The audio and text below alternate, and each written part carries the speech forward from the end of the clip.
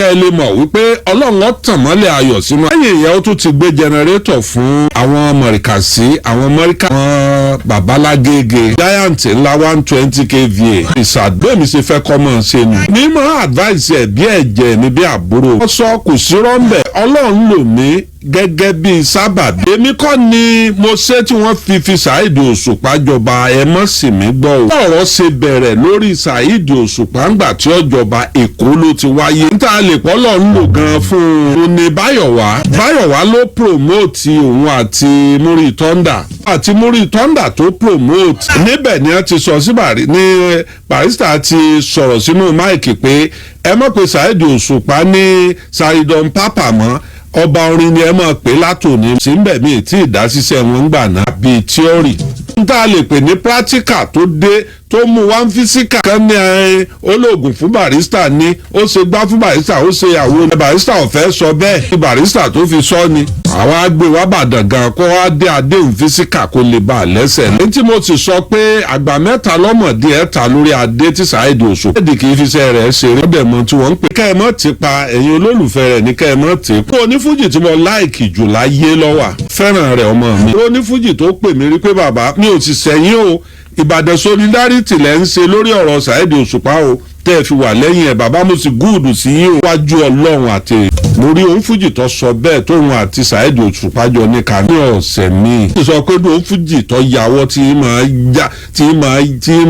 máa tẹ̀wó tí máa ya pépà nàmbà wà lóun fújì tí mo sọ pé sọ ń fún mi. àwọ̀ tún máa ṣe dáadáa tó ní. síbẹ̀síbẹ̀ orin lásán kò sígbà tí ń gbọ̀ báyìí ń sì fẹ́ máa ké ojúlọmọ yìí lóòótọ́ ọmọ láàrin òròmọdìẹ láàrin àṣà píksọ̀ yẹn lọ wá ságbárí mi tí mò ń wò pé òròmọdìẹ kan wà àwọn àṣà tẹ̀bi ń pa wọ́n wá yípo rẹ̀ bóun ni òròmọdìẹ yóò ṣe abọ́ lọ́wọ́ àṣà ìyẹn lásán ọ̀tán o bí mo ṣe wọṣẹ́ Saheed Osupa. kì í sọ pé kíní kan irọ́ o fẹ́ tí mo ní sí ọ̀pọ̀ ayọ̀jámì mọ́dé lẹ́yìn òlóhùn lẹ́yìn oúnjẹ jówó ló ẹnu kọ̀ mọ́ ti ń sọ wóróworó ni ngbà tó bá fẹ́ ṣètò yóò kọ́kọ́ pè mí yóò mọ̀ bá ń sọ̀rọ̀ ogun ṣe gbèjè èrò ọ̀wájà ngbà ọba bá ń sọ̀rọ̀ tán tó bá fà mí láhán tán ni ó àbọ̀ sórí afẹ́fẹ́ ní ọ̀lọ́. bá a bá ń sọ̀rọ̀ nípa onífújì tó fún mi lówó jù láyé onífújì Wàsíù Àyìndé ni. níjọ́ mo ti délé ayé mi ìjọ́ tí mo ti bẹ̀rẹ̀ sí ní sọ̀rọ̀ lórí tẹlifíṣàn ti Facebook àti sọ́sẹ̀ fún mi lówó jù láyé tó bomi ní owó jù rí láyé Olúgbò ọba àgbà tí dádé owó rẹ̀ mọ́ Ṣàngó ọba mákè kùtùkùtù ọba ìgbà àwọn ọba yẹn àwọn ní àkọ́kọ́ pè mí kéèyàn ó fún yàn ní owó tí èso owó Nàìjíríà lọ́kọ́kọ́ fún mi ní owó tó pọ̀ jù láyé ọba àgbà. Olúgbò pépà fún mi Amẹ́ríkà tí mo Olúgbò ló sponsor mi lọ ní dọ́là tí mo ná ń bẹ̀ kódà bí èèyàn bá ṣe 419 kò gbọ́dọ̀ náwó mo ṣe náwó l'Amẹ́ríkà náwó bí ìgbà tí ọmọ ọba àlú bá wọ̀lú ni. lẹ́yìn yẹn èèyàn ó tún bomi lówó tọ́jọ́ mi lójú jù láyé Wàsíù Àyìndé ni. ọ̀ǹtẹ́ tí ilẹ̀ pọ̀ fẹ́ máa béèrè yìí ó bí àjọ lọ ni láìdí ọlọ́bẹ̀ àjọ lọ gbogbo àwọn èèyàn mi àjọ lọ olú àjọ lọ ni. lọ interview Wàsíù wá pé brown envelope wà ń bẹ̀ ó fi ó gbé pé ẹgbàá ìfisowó èèyàn. a bá kó ọkọ̀ 1000 lọ Ìjẹ̀bú Òde gan kò gbọ́dọ̀ fúru owó rẹ̀. àtúndé bá ní ẹ bá wa dúpẹ́ lọ́wọ́ àwọn aláàjì o ó gba brown envelope ó gbé lọ́gbàǹgbà báyìí ẹ bá wa dúpẹ́ lọ́wọ́ àwọn aláàjì wọn fún alówó mo ní fún yín lówó àbí wọ́n ràn yín sí mi pé ẹ wá gbowó fún mi. Wàsíù Àyìndé náà láti ń ṣe dírámà. a kò bá ń gbé kinní mo bá gba envelope mo bá gbà ṣùgbọ́n gbà máa gbé bàbí ọ̀sà wúwo rinrin yìí tó wúwo rinrin yìí kìí ṣe láǹfúlẹ̀ tẹ́ńtà àjọ lọ Ìjẹ̀bú Òde tí ò dunnú lọ lé rẹ̀. ètò owó lèèyàn ó wò Wàsíù Àyìndé lọ́yẹ̀ mọ́ worship ó yẹ kí n máa lọ lé rẹ̀ lójoojúmọ́ látijọ́ àti lọ èmi ò. ní tó lójú kòkòrò owó tí owó máa fẹjú mọ́ dojúmọ́ ní ọmọ pò yìí lé Wàsíù Àyìndé níjẹ̀ ṣùgbọ́n gbogbo nǹkan yìí gbé mi lójú sẹ́. sáà ti kọ́kọ́ sọ̀rọ̀ wípé ẹ mọ̀ pé Saridon Papa ní Saridon Papa mọ́ ọba orin ni ká ẹ mọ̀ pé Saheed mi láti kọ́kọ́ sọ. àwa jókòó agbárídìn torí pé ọ̀pọ̀lọpọ̀ àwọn onífújì lọ́ta kò ní ṣe láìfù pé ẹ̀wọ̀n ọ̀gbà pé Barrister sọ bẹ́ẹ̀ torí bí Barrister ti ṣe láìfù yẹn tán lọ lọ Amẹ́ríkà lọ́dún náà wọ́n wà ń sọ lọ́kàn èjèèjì pé Barrister kò jẹ́ sọ bẹ́ẹ̀ ó dìgbà Barrister bá dé ó dìgbà ọba ṣe dé ní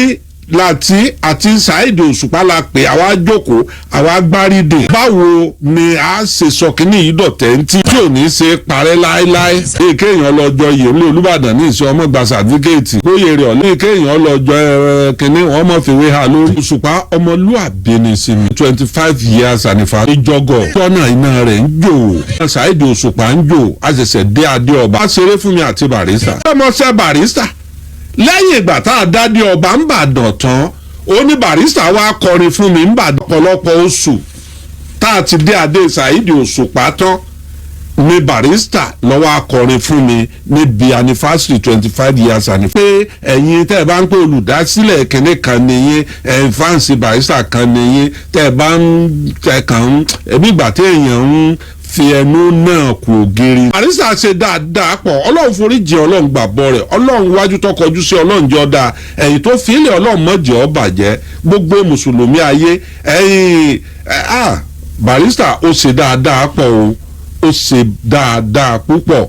ẹ̀yìn níjọ́ tí Barrister ṣeré fún mi 25 years yẹn ó parí eré tán ó tún fún mi ní owó kan owó tuntun ní 25 ó tún fún mi ní 50,000 páàkì 500 páàkì tó kan owó ẹja sáré gbọ́kèdè àti polówó. gbọ́ lè ní ọ̀rọ̀ Saheed Osupa wà lára tí ọ̀pọ̀lọpọ̀ onífújì fi kórìíra rẹ̀. ọ̀pọ̀lọpọ̀ onífújì tí bá ń kàn ń bá mi ṣe wọ́n kàn ń fa ìṣàfìsí bá tí mo gbé lérí gẹ̀ǹgẹ̀ pọ̀ jù. àìpè ní sáà mọ̀ àìpò ẹ̀. kódà tí n bá sọ fún yín ẹ̀ lè gbàgbọ́ èmi àti Wasiu Ayinde àníjà àjọ ní kanta kankan rí. èmi àtàbá àṣẹ Òbésèré àjọ níjà ní kanta rí. ọ̀rọ̀ Osupa jẹ́ kí gbogbo ẹ̀ tó wà ní láì Wasiu Ayinde yẹn kan pé Kola Olootu èèyàn Saheed ni tí pàṣọ náà ọba kí mi bàbá pàdé bàbá àgbà èèyàn Saheed ni bàbá màá ní ìyẹn rẹ̀ ni mí òun ò lè fi ṣeré o. kí ló sì fà á níjọ́ tí Saheed Osupa tí ó dọba ní ọba orin àjọ plan rẹ̀ nílé èmi láti ẹ̀gbọ́n Saheed àti Saheed Osupa àjọ plan rẹ̀ nínú ilé mi lólúyọ̀lé pé bàbá ń bọ̀ o fún ọjọ́ òbí òun fẹ́ host show fún bàbá fọjọ́ òbí bàbá sì ti agree páwọn wà.